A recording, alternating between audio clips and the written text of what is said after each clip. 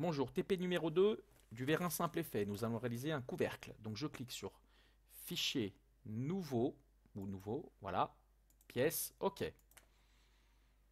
Je sélectionne mon plan de face, Esquisse, Ligne de construction. Je clique une fois ici, sur l'origine, une fois ici. Voilà, je clique sur Ligne. Et là, je vais dessiner cette forme. Voilà. Voilà, je dois avoir... Mais mon esquisse doit faire cette forme. Maintenant, je clique sur Cotation intelligente.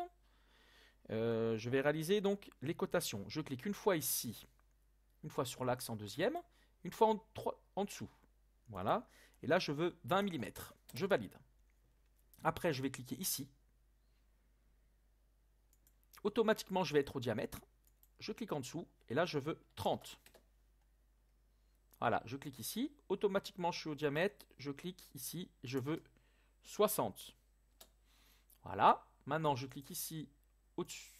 Alors, annuler. Là, vous voyez, il y a une erreur. Annuler. Je fais échappe pour perdre la main. Je clique ici. 10 mm. Voilà.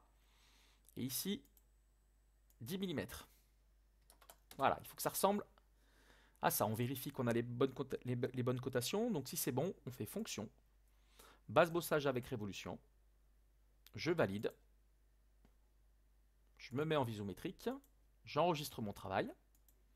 Donc là, je suis bien dans vérin simple et fait. Donc là, on l'appelle couvercle. Enregistrer. Voilà. Je modifie la couleur. Donc, bouton droit, apparence, couvercle. Je mets la deuxième couleur à côté. Voilà. Je valide. Donc maintenant, je vais me mettre... je vais faire chanfrein. Donc là, je clique ici sur chanfrein. Je me mets en plan de face. Je vais cliquer ici. Je veux mettre un chanfrein de 2 mm. Et je vais cliquer sur cette arête et sur cette arête. Et là, je peux valider. Oui.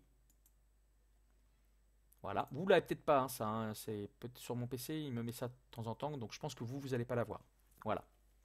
Donc après, je tourne, je sélectionne cette surface. Je me mets... Alors, je vérifie d'être sur la grande surface. Hein. C'est là, normal A. Voilà, ça doit ressembler à ça. Je vais faire assistance pour le perçage. Je vais cliquer sur donc ici chambrage. Je veux faire un chambrage M6. Donc là, je vérifie que je suis bien en ISO. Je vérifie que je suis bien en 6 pans creux. Et je vérifie que je suis en M6. Voilà.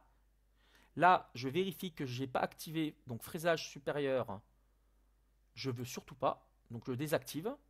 Position. Et là, je clique ici. Voilà.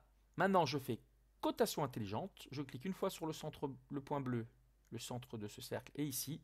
Et là, je veux une cotation de 22 mm. Je valide. Après, je clique sur Ajouter des relations. Je clique sur le point bleu, sur l'origine, et je veux être horizontal. Horizontal, je me suis trompé. Supprime. Vertical. Pardon, je m'étais trompé. Je valide.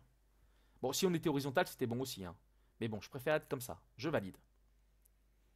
Voilà. Donc ça doit ressembler à ça. Donc ça, c'est un lamage. Donc maintenant, je fais SolidWorks. Tac, je me mets ici. Voilà. Alors, là, je vais faire une répétition. On avait déjà fait une répétition linéaire. Là, on va faire une répétition circulaire. Voilà. Donc, je veux une répétition. Donc, alors je vais faire supprimer parce qu'il n'est peut-être pas sélectionné. Je veux une répétition. Alors, de cette forme. Alors là, il manque les axes. Ils ne sont pas apparents. Donc, je vais faire SolidWorks affichage. Axe. Axe temporaire. Voilà. Vous voyez, il y a l'axe qui apparaît. Donc là, je clique ici. Je clique sur cet axe. Je veux donc être en espace constant. Il faut le valider. J'en veux 3. Voilà. Et donc, ça doit ressembler à ça. Je peux valider une fois que ça ressemble à ça.